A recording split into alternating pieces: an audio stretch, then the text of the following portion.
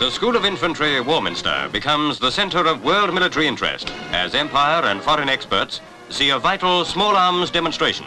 Here's the American Garand semi-automatic, firing 43 aimed shots in a minute.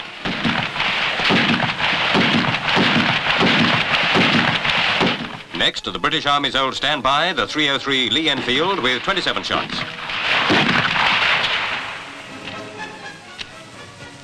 And here's the one they're up against, the new British 280. It looks strange, but it's lighter and handier than any other rifle. Note the optical sight and the grenade-shaped left-hand grip. It's so simple that training is easy, though it's not much use for squad drill.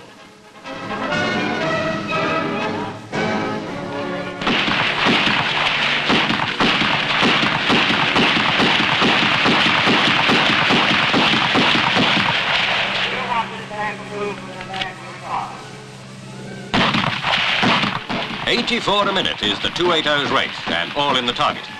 The only snag is that the smaller ammo means altering all production plants. But this is what it does to tin hats at 600 yards. The new 280 machine gun's just as revolutionary. Compare it with the familiar water-cooled Vickers.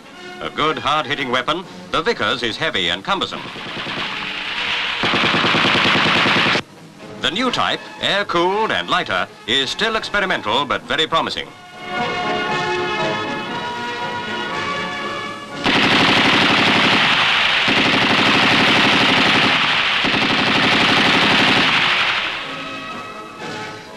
Meantime, the new rifle's been put through an artificial sandstorm.